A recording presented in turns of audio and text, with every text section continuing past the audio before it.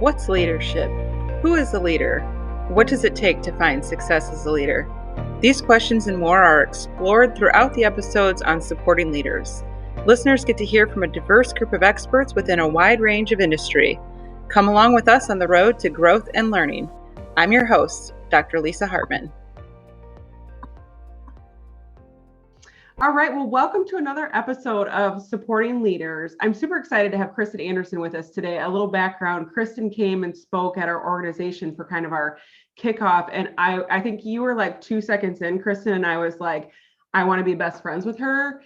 And I'm pretty sure by the time you were done, like everyone wanted to be best friends with you. So I am like so excited that you could be on the show. So Kristin, do you want to just share a little bit about your background? Sure. Well, first of all, Lisa, I would be honored to be best friends with you anytime. So let's stop. Let's not stop talking after the podcast. I think you're pretty great. So yeah, I was a teacher. I started teaching students who were kicked out of Denver Public High School. Then I started a middle school for that organization because we found kids were being kicked out of Denver Public Middle School as well. Have then went on to teach in urban Colorado Springs and then became a school leader. And then I kind of got into teaching adults and working to help adults be the best version of themselves, which led me to go work for Doug Reeves and the Leadership and Learning Center and to support the development of the professional learning division of the Leadership and Learning Center. I also then did the same thing for Corwin. I was hired to start their face-to-face professional learning organization. They had done textbooks or not textbooks, but books for educators. And then they decided to get into the face-to-face space. So I've had the privilege of working with people like Larry Ainsworth to build out his content, working with John Hattie to bring visible learning to the United States. Have worked with Jim Knight, lots of incredible people in the education field to help bring their dreams to life and to help their content thrive. And then I kind of decided I had a calling, and it wasn't just to support the great work of other people, but to see what I could contribute to the field. And in particular, I'm very concerned about the inner work life of educators, leaders, and educators, because I know that we're always so busy doing things to help students be successful that our field doesn't really celebrate taking time to work on what's inside us. So, prime example, you can adopt a PLC model or a teaming model, and you can do all this work in teams. Well, what about the parts of us that aren't good team players, right? Or what about the parts of us that have some difficulty inside and are having a hard time interacting with folks, or don't believe that we can do the work in teams? Those are the things that really thwart what the team does. And so I started really looking at self-efficacy, started looking at how do we make hope happen? How do we build trust? The parts of the adults that seem to help stop us from thriving and also don't keep us in the field, because it's our lack of belief, it's our lack of hope or feeling hopelessness that actually prevents us from staying and realizing our mission and vision. So I enrolled in Vanderbilt, and I'm a couple of months away from earning my doctorate, studying well-being of, I'm so excited, studying the well-being of school leaders in a district in Chicago, and learning a ton about what contributes to a leader's wellness, what takes away from it, and in particular, how to build it. And along those lines, just really realizing that we can focus on social emotional learning all we want, but if the adults aren't well, hungry adults will eat their students, and not on purpose, but because it's impossible to pull from a well that's empty. And I'm sure many of you are experiencing that right now. We have given and given and given, and we have been through a lot of trauma ourselves over the last year and a half, but we're not talking about adult trauma. We're talking about kid trauma. But trauma doesn't have to be a massive event to have a pretty strong impact on us. So right now, as leaders and as teachers, we're inheriting all of the stress, all of the frustration of parents, of kids, all of the latent things that are being pulled out by this new context. And it just keeps coming, and the stressors keep coming. Well, how do we navigate all of it? And how do we ensure that we are emotionally well so that we don't just survive, but that we thrive? And so that's really my jam. Jim Knight calls me the Brene Brown of education, which is the best honor I've ever received, I think. And really, truly, it's all about the human part of the educator for me. So that's kind of me in a nutshell. I know I took way too much time with that, but it's hard not to. Beautiful. I mean, and it's so fascinating to me. Like, I could talk to you all day about your background. And I love, like, when you came and presented at Prairie Lakes, you start the presentation by being like, I mean, yeah, I have a background in education, but nobody cares about that. And then you like roll into your presentation, and I'm like, wait a minute, I need to know. Like, I am so curious. Like, what's she all about? And then when you started telling me about your background, and for those of you who are in the world of education, I mean, those are some heavy hitters that you rattled off. And so, like, that in and of itself is fascinating. But then I also think it's kind of interesting. You don't dig into that. You don't dive into that when you presented to us anyway. But your presentation, your research, the message that you deliver stands on its own. And that's why I'm like, gosh, I want to dig into this with you, because I think it's so important. That whole concept of like surviving and thriving, you know, and I told you, like, I really want to talk about hope. Like, I love that word. It's one of my 2 values from Brene Brown's value list, but it's one of my 2, and I love it, I love it, I love it. And I came from, when I was beginning principal, we're in a school district where we were whole grade sharing.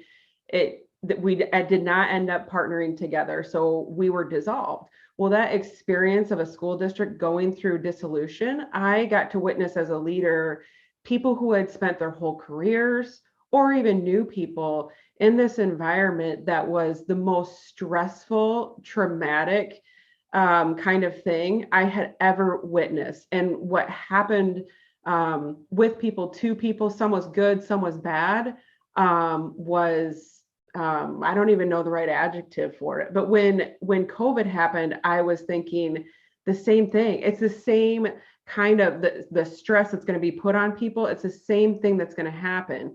But then this idea of like, but you can still thrive even in really crappy circumstances. So like, what's the secret? Like, what is the secret sauce to like, okay, this sucks. It's year 2 or 3 of COVID. Like, how do I move? How do I shift from just treading water to thriving? Yeah. A couple of things from what you just said. So the first thing is, I choose not to introduce myself or to talk about my degrees or what I'm writing or anything like that, because I've done a lot of research about trust. And it's very clear that the more a presenter talks about themselves, particularly at the beginning, we actually break trust with our audience. And a lot of people think they do it to build credibility. But honestly, the people in the audience don't care about all of what we know. They want to be fed. They want to become a better version of themselves. They want to learn. And when we take up a lot of airspace talking about how awesome we are, which honestly, I am just a super normal, flawed human being in so many ways, it takes away from the learning. And we want to build trust with our people. And the best way to do that is to help them thrive. Right? I mean, you don't want to be not credible. You don't want to be up in front of people and not have any reason for being there, but you don't have to tell them all the reasons you have for being there as well. So that's kind of my own personal philosophy. And then if they're interested in getting to know you, great. It's not that I won't share about myself, but I want you to feel successful first. And that's why my company that I started is called the Brilliance Project, because I want everyone to feel as though they are brilliant, that they shine. And it's my role to help educators feel that way. So how do we feel brilliant and how do we shine in the middle of all these inputs? Well, in a lot of research about what actually frames and contributes to one's emotional well-being, because that's really what we're talking about here. There are 8 domains of well-being, anywhere from your physical well-being to your social well-being, your financial well-being. But what we're really talking about here is our emotional well-being. And one of the definitions I really love is emotional wellness is the ability to thrive despite our circumstances or despite the stress, and to mentally thrive. Some people refer to it as psychological wellness. And I like to talk about it in the difference between happiness and joy. So the Greek word happiness is makarios, and that literally means freedom from everyday worries, or good fortune shining upon us. And so we are happy when good things happen to us. So maybe they lift the mask mandate and then therefore we are happy, right? Or maybe I get a stimulus check, or maybe the Broncos win a football game and I am happy, right? But joy, the Greek word for joy is kairo. And kairo literally means the culmination of our being or the good mood of the soul. And so emotional wellness is the equivalent of joy. It's the good mood of the soul, despite all the cray-cray that is happening around me. And that's really where we need to get, because ideally, my bigger dream or the bigger future is not just for every educator to have to own their emotional wellness, but for the system to create a system that supports that, right? Mm-hmm. So we know that there are 5 major contributors to one's well-being, their emotional wellness. The first one is job stresses and demands. The second one is the resources I have to do that job and meet those demands.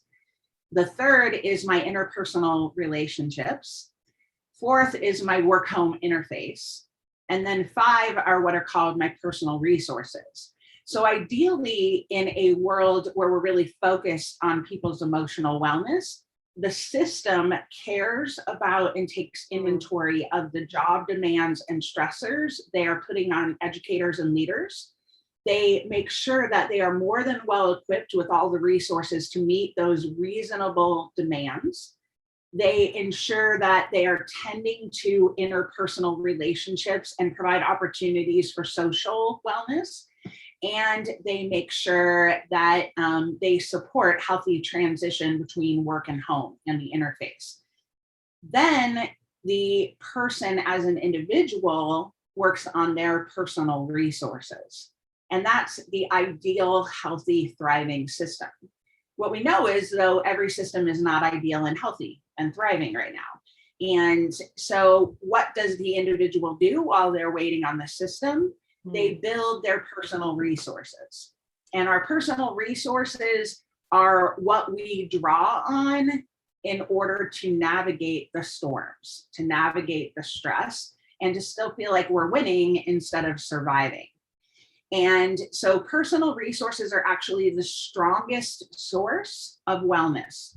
So even if the demands are high, even if the interpersonal relationships are fraught, even if the resources are low, which I'm guessing right now, if you are human, all of those 3 things are low, right?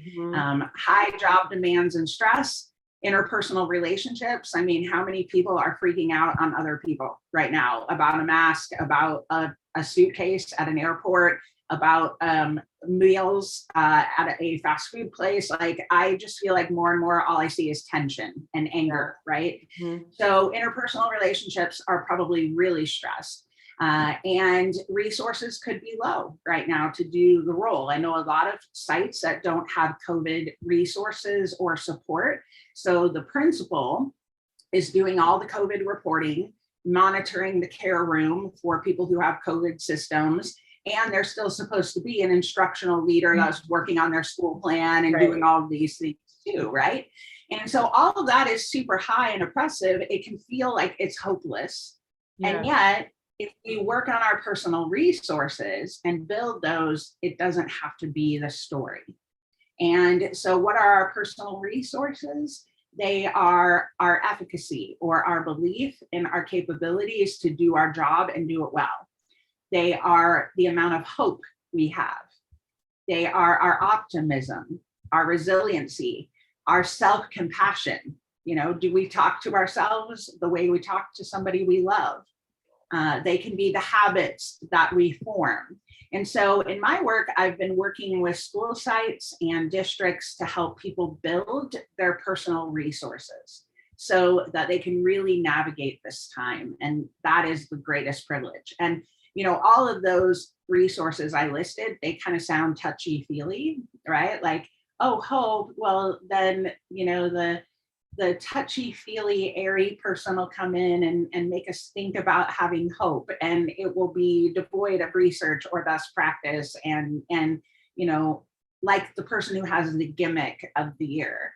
Well, all of those things are based on cognitive science, and they're actually the hardest work we could possibly do as humans, to negotiate and navigate what's really in here.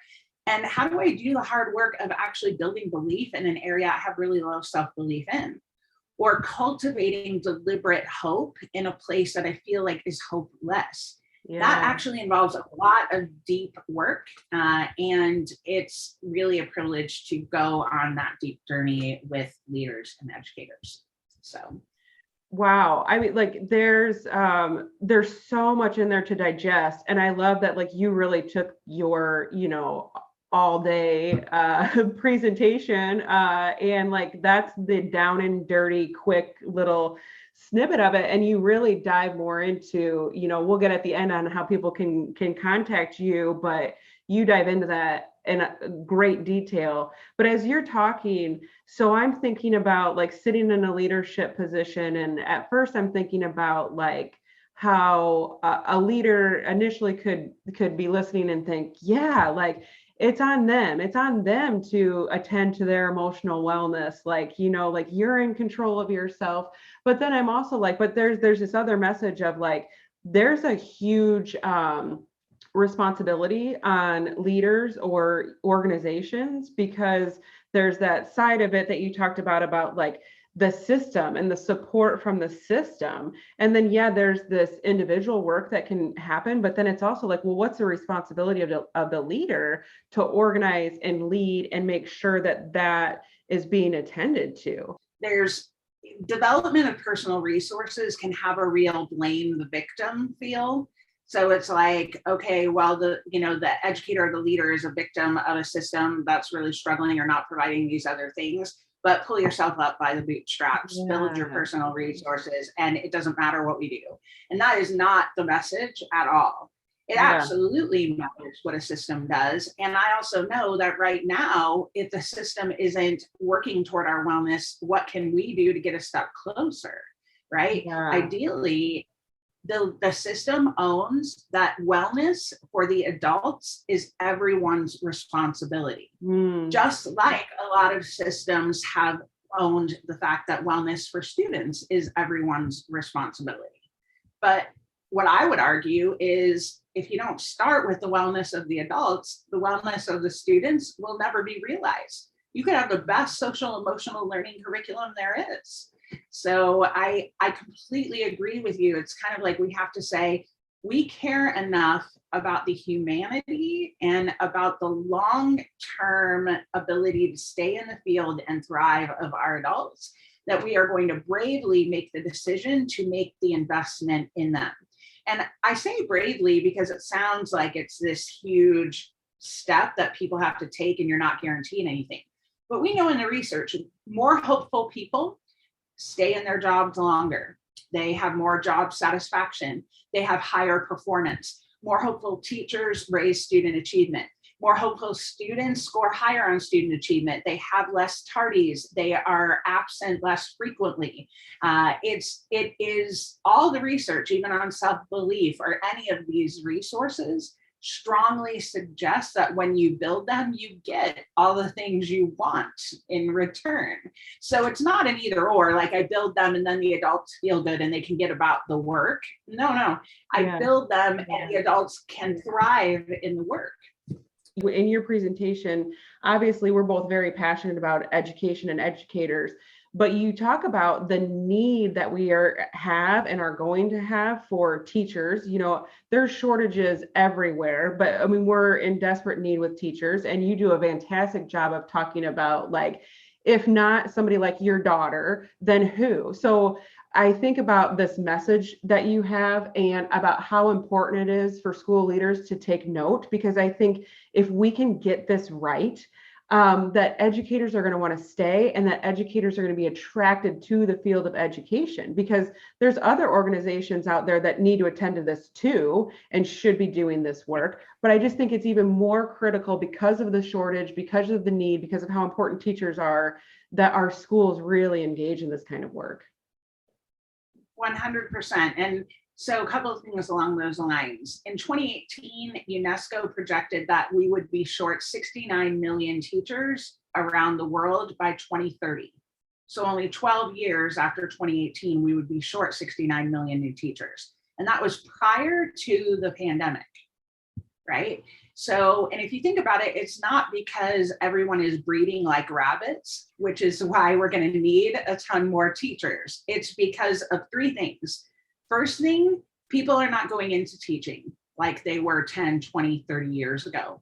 Second thing is we aren't retaining teachers. In fact, we're losing approximately 1 in every 2 teachers in their 3rd to 5th year. And number 3 is we have a demand for more adults given the greater demands of students and what their needs are. And if you put all those 3 things together, we're in this trifecta that says things are pretty ugly. And if you look at 2021 RAND report in April, the projection was that by May or June, end of school year 2021, we will have lost 1 in every 4 teachers after that pandemic teaching year. So when you think of what's happening out there, it's pretty astounding. And you had mentioned my daughter, and I talk about her, one, because I just moved her into the University of Kansas a couple of weeks ago. Most heartbreaking and joy-filling, pride swelling day ever. All the same thing. It was like, I'm so proud of you. I love you. You're amazing. You're so strong, you know, and you're doing all of this and you're taking my heart out of my chest all at the same time. But all of that to say, you know, when she decided what she wanted to do, she knew she wanted to be an educator, she says, ever since she was in kindergarten. And a lot of people say to me, how could you possibly, knowing what you know about the field, how could you possibly let her be an educator? She won't get paid well. She's going to go through all this emotional trauma, all these things. And I say to them, how can I not let her be an educator?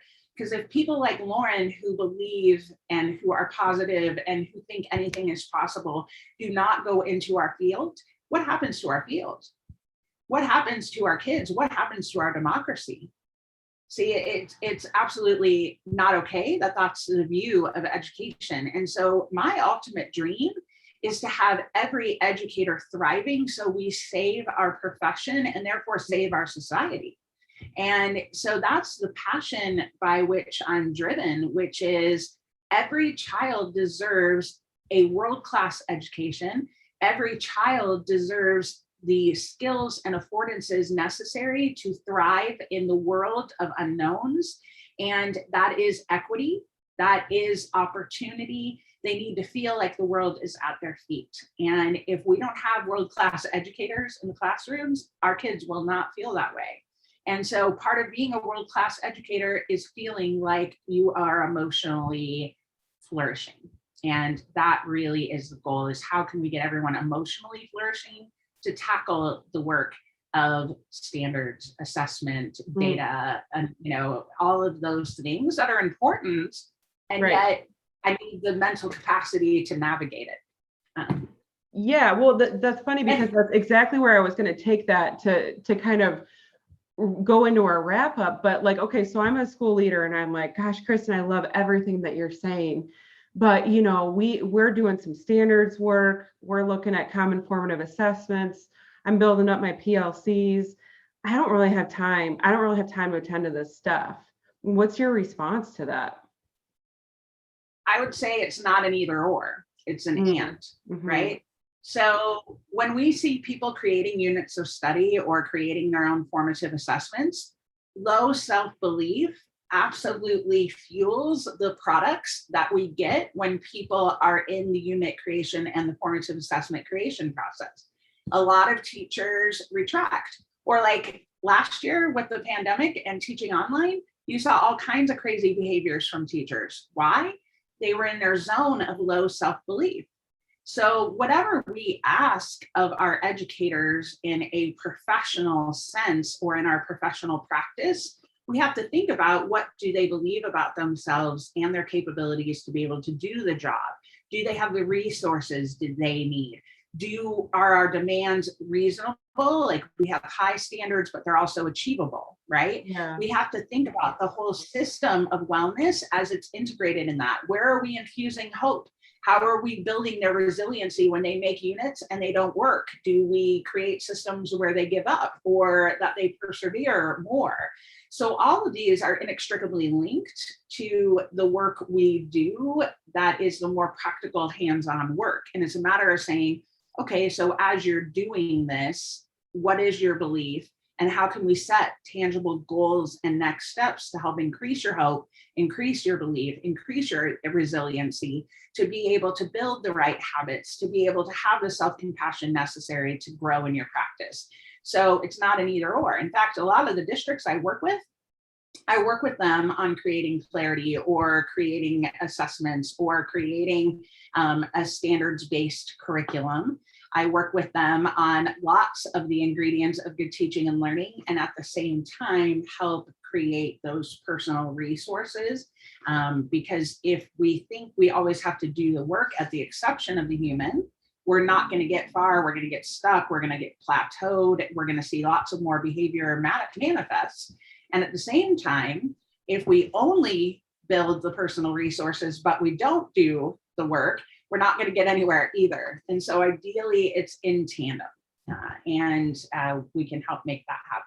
So. Yeah, well, Kristin, I am so passionate about your work because I truly think that if people grab onto this and dig in, that the impact, not to sound cliche, but it's just like, gosh, you could really change the world with some of these practices and integrating this with your staff and your people. I love that you see that, because that truly is, that is what keeps me up at night. That is what drives me, is I do believe we can change the world. And for multiple people, when we focus on the inner workings of the human and that we acknowledge humanity. We're seeing it all over our world right now. Naomi Osaka, Simone Biles, Michael Phelps, people who are at the top of their field and who are also making the clarion call for wellness and helping us understand that you can't be one without the other. And so it's time we wake up, and it's time that we say that honoring such things is not a mark of a weak system, it's the mark of a strong system. And it's a mark of a system that knows that it's in it for the long term, not for this year only, but for the long haul. So I truly believe we can make that change. And I think you were just going to ask me about my contact information. We are the Brilliance Project. TheBrillianceProject.com is our website. I'm Kristin, Kristin, at TheBrillianceProject.com. And you can get a hold of me on Twitter. I'm at Kristi Andy, KristiAnde. But email me, send a website inquiry, tweet, whatever the case is. It would be such a joy to continue the conversation with you and help in any way I can. It's a real privilege. And most of all, Lisa, I just am so thankful. I could talk with you for hours. It's a good thing we're best friends now so that we can do that. So I'm very excited. Well, Kristin, thank you so much. I appreciate your time. I know you're a busy woman out there changing the world. And so thank you so much for your time this afternoon. Thank you for this platform and for what you're doing for leaders and teachers. I appreciate you. Thanks for listening to the Supporting Leaders podcast. For more on supporting leaders, go to www.supportingleaders.org. Here you'll find links to the YouTube versions of our interviews and links to the podcast. You'll also find articles on leadership. To join in on the conversation, find the Supporting Leaders group on Facebook and find us on Instagram at Supporting Leaders.